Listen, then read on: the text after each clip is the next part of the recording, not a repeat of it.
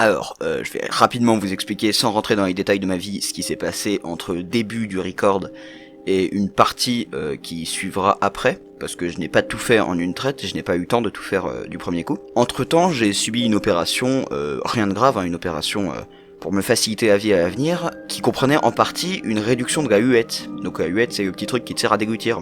À l'heure actuelle où j'enregistre, je ne suis pas entièrement remis, donc je vais bien, il y a pas de souci, mais je ne suis pas totalement remis de cette opération, et j'ai toujours un réel problème avec les R, comme vous pouvez l'entendre, puisque ça force justement à racler un peu le fond de la gorge, et j'ai encore du mal avec ça. Donc ça s'entend dans la vidéo, que je ne peux pas réellement correctement prononcer R, et du coup vu que je ne peux pas vraiment, je vous demanderai d'être indulgent avec ça, s'il vous plaît. Je compte sur la gentillesse de cette communauté, que je sais gentille, hein, évidemment. Bon, je remarque en enregistrant que en général mon élocution est affectée, car énormément de mots contiennent des R, et que c'est très déroutant de les prononcer de manière difficile. Donc encore une fois, vous m'envoyez désolé, et la vidéo commence enfin.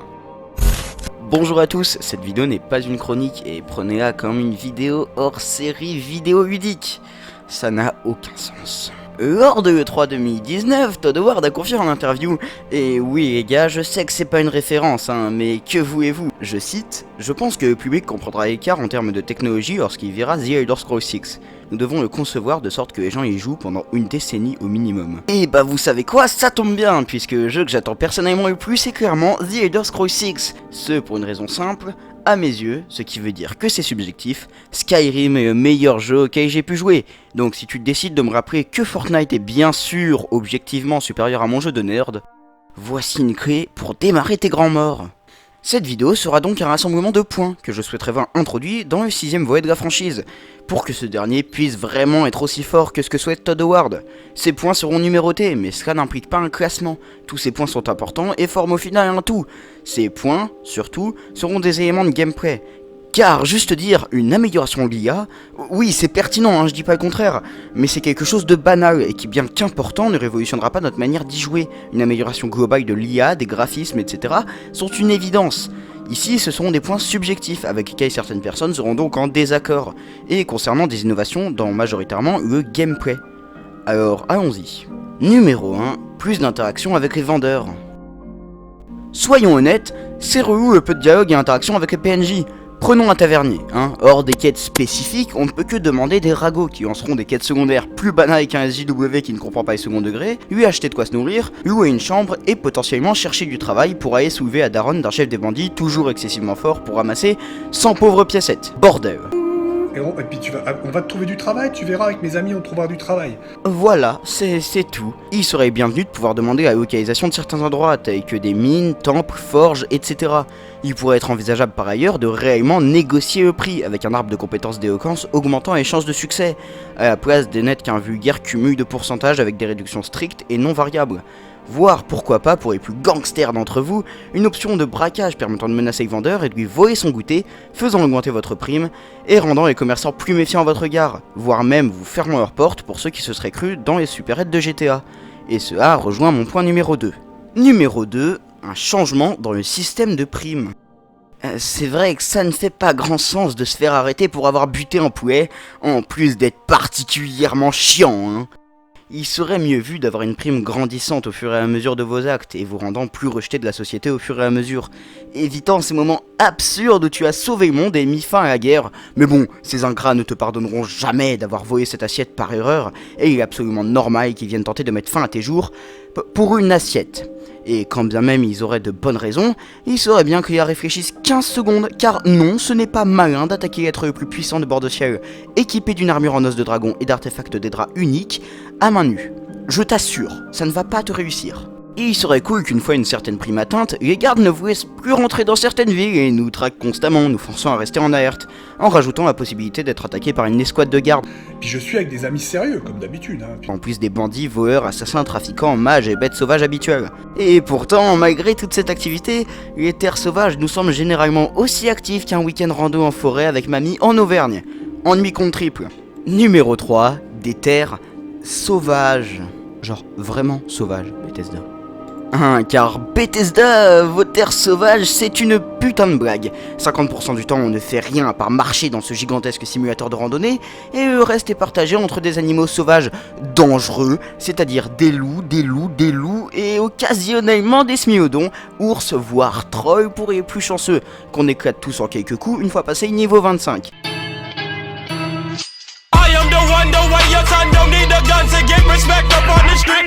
Ouais, on peut tomber éventuellement une fois tous les 32 du mois sur des bandits, mages, assassins, vendeurs de skouma ou impériaux emmenant un prisonnier on ne sait où d'ailleurs, ce qui vous permettra de vous refaire les poches histoire de maigrement rentabiliser l'usure de vos enchantements. Et il paraîtrait même que quand toutes les planètes de la galaxie sont alignées selon la volonté d'Akatosh, on peut tomber sur des batailles épiques entre les sombrages et les impériaux, c'est-à-dire 6 connards qui s'entretuent. Fils de pute, la putain de ta mère! Mais c'est quoi ce bordel? Voilà, maintenant que j'ai fait preuve de mauvaise foi, mais pas trop non plus, on va pouvoir proposer des changements. Alors évidemment, une plus forte fréquence d'apparition, mais pas que, car si c'est pour se transformer en Wolf Hunt Simulator 2019, merci mais non merci en fait. Déjà, les avancées techniques vont permettre une augmentation drastique des PNJ affichés à l'écran, et vous foutez pas de notre gueule, hein. Hitman, Days Gone, voire Assassin's Creed Unity l'ont largement prouvé, même si Assassin's Creed était optimisé avec le cul. Il sera donc envisageable en cas de conflit entre la faction X et la faction Y de voir 50 soldats déter se foutre sur la gueule dans des combats épiques façon Battlehead de Blackgate, bon de blédard mais un peu quand même. Il est aussi envisageable de se faire attaquer par des meutes et pas 3 loups affamés comme des Somaliens, presque se faire submerger par une vague de loups qu'on prendra un malin plaisir à cramer. Avoir des bandits nous prenant en embuscade et pas 4 clampins qui te rushent en criant qu'ils ont hâte de voir ce que contient ta bourse avant de finir en paille sur des flèches des bonites, hein, car un monde médiéval, j'espère y voir des bandits rusés et pas des hyènes qui ricanent plus qu'à une morde. Pourquoi ne pas rajouter une météo capricieuse à Breath of the Wild? Avoir de réels décors d'immenses forêts d'arbres gigantesques cachant réellement la lumière, avec un rendu de ouf grâce à un magnifique ray tracing que vous n'aurez pas oublié d'implémenter. Un Bethesda, on s'est compris. Implémenter des ennemis événementiels en fonction du cycle jour-nuit et de la météo, il y a tant à faire pour rendre le territoire vivant, ce serait vraiment bête de rater cette partie. Et évidemment, pour avoir plus de maps pour tous ces décors et événements, numéro 4, une plus grande map. Même si dans l'absolu, je suis satisfait de la map de Skyrim réussissant à varier les décors sur seulement une quarantaine de kilomètres carrés, ouais, c'est pas mal. Je doute que cela puisse réellement durer s'il se décide à implémenter tant d'événements et de grands décors tels que des forêts, des toundras et bien sûr de gigantesques montagnes, comme nous l'a montré le trailer. Évidemment, je ne demande pas 1000 km² de map, ce serait bien trop grand et ça gâcherait carrément le plaisir de jeu, mais une carte au moins 2 fois plus grande serait la bienvenue, nous laissant moins avec une impression de monde miniature que l'on peut ressentir dans Skyrim, surtout quand on joue sans fast travel, je vous assure que ça change la perception de bord de ciel. Et il faudra évidemment un moyen de parcourir ces étendues gigantesques rapidement. Numéro 5, les chevaux. Ou tout autre animal nous permettant un déplacement. Si le jeu se passe à l'enclume par exemple, pourquoi pas des chameaux. Et il est clair que les chevaux de Skyrim sont une putain de désillusion, car ils coûtent cher, enfin au début du jeu, mais généralement après tu débloques un nombre, ils sont complètement cons, car non, un cheval n'a rien à faire dans un combat contre un dragon légendaire.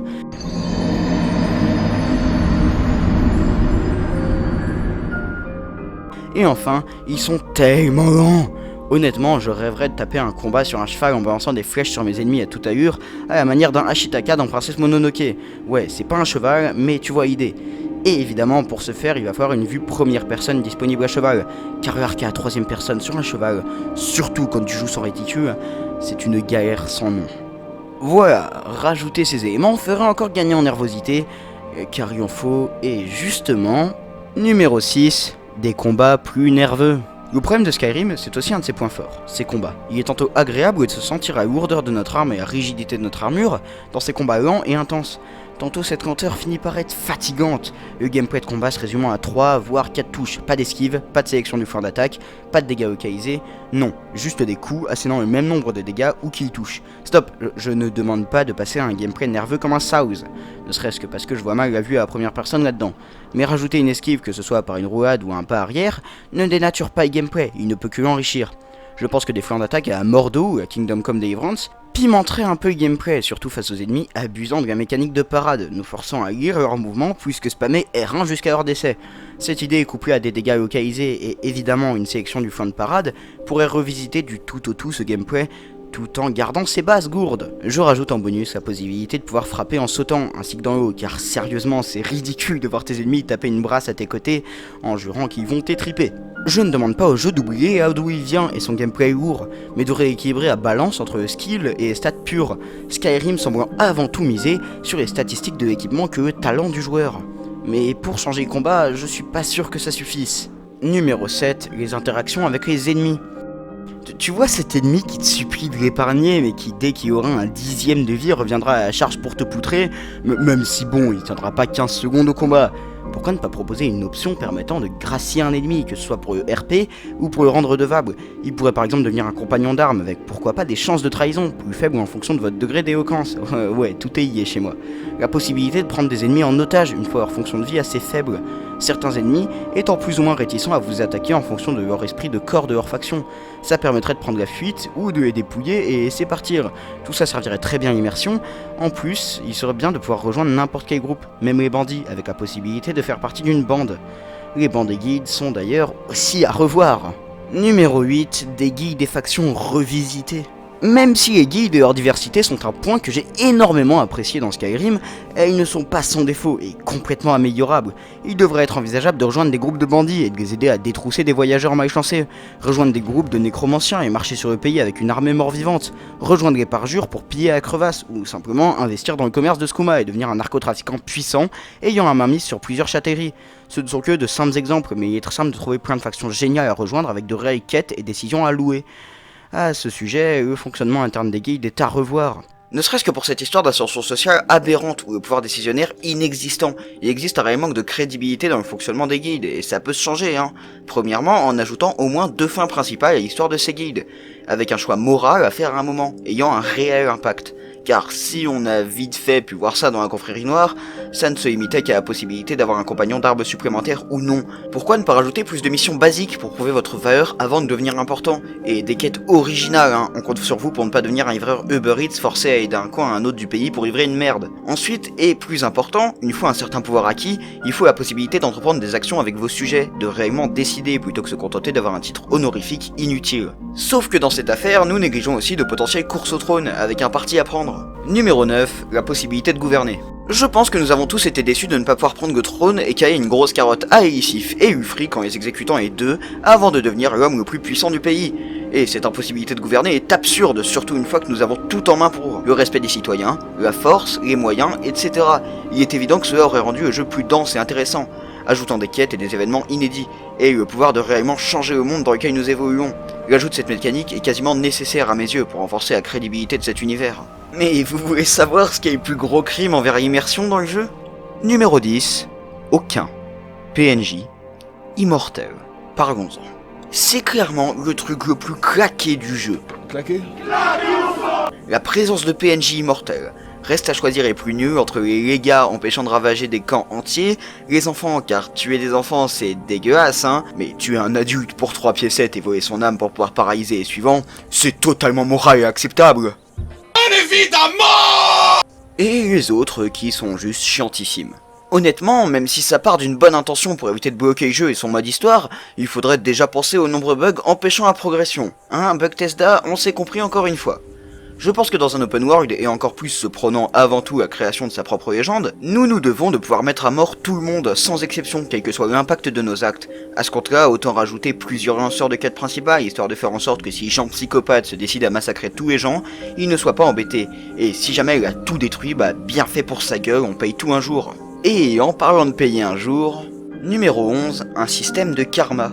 Nous avons déjà vu cette mécanique dans Fallout New Vegas, même si bon, soyons honnêtes, c'était pas très efficace, hein. Ayant joué comme le dernier des raiders, volant tout ce que je trouvais et tuant tous les témoins. Ça n'a jamais réellement changé mon jeu, et finalement c'est tant mieux, ce système ne doit pas démolir et empêcher la création de notre propre histoire, mais l'influencer. Par exemple en augmentant les chances de choper des maladies, baissant les chances de coups critiques et tout ce genre de trucs. Oui, bien sûr c'est mineur, hein, mais je pense que ça rajouterait une réelle dimension nécessitant de réfléchir 2 minutes avant d'agir, et éviter de se baser uniquement sur l'icône de furtivité quant à nos actes illégaux et immoraux. De quoi rassurer les PNJ du monde entier, enfin, un peu. Et en parlant de PNJ, ah ouais, là je me fatigue, niveau transition. Numéro 12, de meilleures interactions inter-PNJ. S'il nous arrive de croiser des PNJ discutant dans Skyrim, ce sont soit des dialogues très précis et généralement scénarisés, soit des discussions sans queue ni tête nous amenant à penser que le taux de consanguinité de Bordeaux est élevé, si tu vois ce que je veux dire. J'attends beaucoup de l'IA du prochain Elder Scrolls, que ce soit en combat, infiltration et interaction entre les différents constituants du jeu. J'aimerais vraiment voir des gens tenir une réelle discussion originale, même si elle doit porter sur la météo. Sentir des discussions uniques et de la vie dans les villes doit être important, et il est clair que je ne vois pas ça dans Skyrim. Et si ce concept a été pas mal tenté hors de Blizzon, il a foiré au point que ça ne devienne un mème, ces discussions absurdes. Aujourd'hui, ne me faites pas croire que ce n'est pas possible de voir des poivreaux débarquer dans une auberge avant d'être séparés par les gardes pour en être venus au point. Et en parlant de points, c'est de pire en pire tout ça. Numéro 13, le combat à main nue. Car rien ne vaut un octogone. À part peut-être 2 carrés. Et, en fait, Merci beaucoup. Très sérieusement, je sais pas si vous avez essayé de jouer un Khajiit avec les gants du pugiliste, et si votre réponse est non, sachez que vous êtes passé à côté d'un gameplay extrêmement fun avec les meilleurs finish moves du jeu. Et je ne rigole absolument pas. Je rigole pas, c'est la vérité, bâtard. Le gameplay au point est vraiment quelque chose de fun, et si Bethesda avait exploité, ce serait vraiment encore plus fun. Il n'y a ni arbre de compétences dédiées, ni armes. Il est évident que des cestes et autres points américains auraient été les bienvenus, et de réelles compétences comme le fait d'étourdir avec les coups puissants, d'infliger plus de dégâts, etc. auraient vraiment rendu ce mode de jeu viable. Et c'est un raté énorme sur lequel j'espère que Bethesda se penchera. Mais en général, ce jeu manque cruellement d'armes et d'idées dans leur utilisation. Numéro 14, plus de choix d'armes. Honnêtement, se limiter à lame, masse, hache et arc est très pauvre, la diversité des armes est très faible. Il manque beaucoup tels que des arbalètes lentes mais puissantes, des lances offrant une réelle portée mais peu efficaces contre les armures lourdes, des fléaux d'armes dont la puissance pourrait être chargée, des rapières basées sur une attaque rapide coûtant peu d'endurance mais infligeant des dégâts moindres, de réels sabres ne pouvant attaquer que sur un flanc, des armes de jet telles que des lances et des haches que l'on a déjà vu dans Fallout, etc., etc. Ce ne sont que des idées balancées en vrac, mais la liste est longue. De plus, il y a un autre problème, le comportement des armes. Il n'y a aucune raison qu'une cimeterre soit utilisée de la même manière qu'une épée. Chaque arme doit avoir une réelle façon de se manier à la manière d'un South, et avec ses propres effets sur adversaires, tels qu'une baisse de la valeur d'armure pour les rapières, des saignements pour les sabres, des membres brisés pour les masses et marteaux, etc. Je pense que ces détails apporteraient beaucoup au jeu et au plaisir des combats, de la collection d'armes et de la forge. D'ailleurs, parlons de la forge. Numéro 15, une amélioration du système de forge. Évidemment, je ne demande pas une refonte du système. Ah ouais, chaud. Premièrement, car j'apprécie le système actuel, mais je le trouve incomplet, dans le sens où je ne voudrais rien en retirer, mais uniquement ajouter des mécaniques. Déjà, une mécanique de personnalisation des armures, avec l'ajout de petits détails tels que des blasons, gravures, pics, etc. Pourquoi pas un système de teinture avec des ingrédients pour colorer nos armures, dans des couleurs relativement naturelles, donc pas forcément extravagantes, ce qui ne briserait pas l'ambiance. Un atelier pour tisser des vêtements et autres armures très légères. J'en profiterai pour placer qu'un slot d'équipement pour des capes par-dessus des armures serait vraiment stylé, des changements visuels mineurs en fonction du niveau d'amélioration des armes et armures, et aussi un changement dans le système de minage, avec des minerais qui se détachent réellement. Ce genre de petites attentions aux détails peuvent paraître superficielles, mais donnent plus de cachet à un jeu, et c'est clairement ce qui est attendu de ce Elder Scrolls. Et pour donner encore plus de cachet, numéro 16, des cinématiques. Là-dessus, je comprends que certaines personnes puissent être en désaccord, mais je suis d'avis que dans un jeu si épique qu'un Elder Scrolls, avoir des cinématiques est un point fort non négligeable. En effet, si Skyrim avait des semblants de cinématiques, ce n'était que le moteur du jeu, sans animation retravaillée par la suite, juste l'observation impuissante d'une scène de jeu. Je pense que de réelles cinématiques, genre bande noire, effets de caméra, animation spécifique, sont vraiment géniales tant qu'elles ne sont pas trop utilisées, ce qui pourrait casser les rythmes. Mais avoir quelques rares magnifiques cinématiques mettant en valeur la beauté de ce pays que vous parcourez avec vos compagnons serait génial. Et ouais, numéro 17, les compagnons d'aventure. Soyons honnêtes tout de suite, le seul compagnon que vous avez utilisé dans le jeu, si vous en avez utilisé un, c'est Lydia. Pour cause, elle est gratuite, donc pourquoi payer 200 balles pour un muet humain, car ouais, les compagnons, soyons honnêtes, à part pour ranger ton stuff trop lourd, ils sont inutiles. Les autres, c'est des espèces de mongols qui tiennent pas un combat et qui sont souvent d'une arrogance qui me donne envie de leur faire goûter à masse de Moakbal, voire à Wendrong pour les plus gourmands, pour leur apprendre à baisser d'un ton, car au final, ils passent leur vie entière à boire comme des trous dans des tavernes, en te racontant qu'ils sont un genre de dieu de la guerre, alors que le seul truc qu'ils ont de divin, c'est la débauche de sanguin et la pestilence de périte, à force de baigner dans leur vomi sans hydromel bas marché, puisque personne ne les embauche. Vous l'aurez compris, je ne les aime pas trop.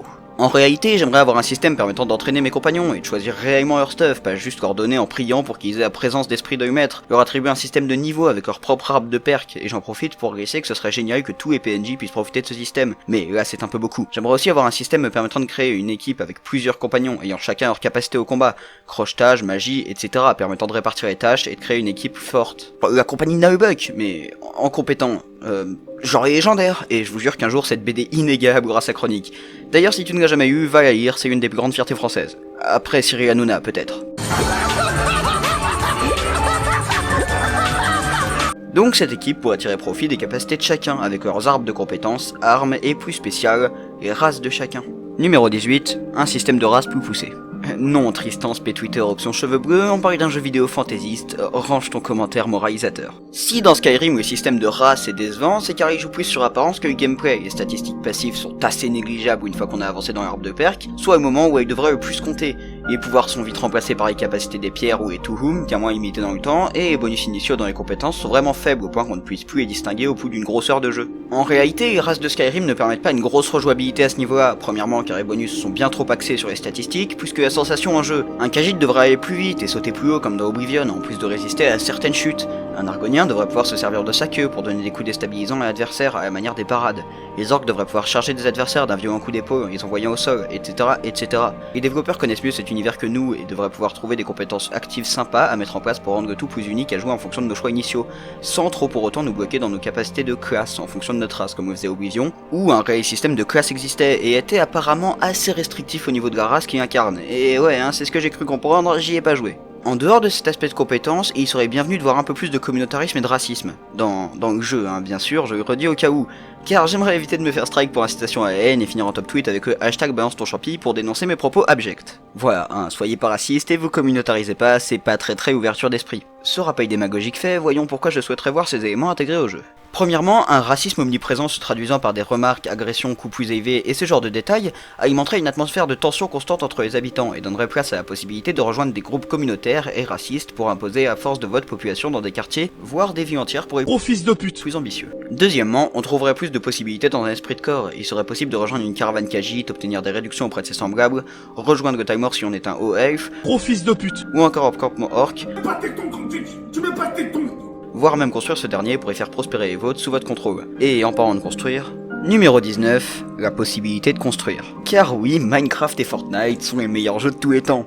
Il a critiqué complètement la communauté Minecraft, donc ceux qui font du Minecraft complètement, il vous a complètement dénigré. Bon, sans rire, cette mécanique présente dans Fallout 4 permettant de construire sa propre base est terriblement intéressante si bien exploitée. Alors, je ne parle pas non plus de créer sa propre châtellerie, comme quoi il serait énorme de pouvoir acheter des terres, mais de construire une cabane avant de la transformer progressivement en une immense forteresse où des familles pourraient vivre et prospérer sous votre autorité ou celle de votre compagnie. Ainsi, chaque PNJ pourra avoir un métier permettant à votre fort de prospérer. En plus de cela, cet investissement qui sera forcément extrêmement coûteux deviendra rentable une fois bien géré avec des taxes envers les habitants ou simplement en leur vendant des maisons, en plus de vous rajouter une force d'action immense avec votre propre armée.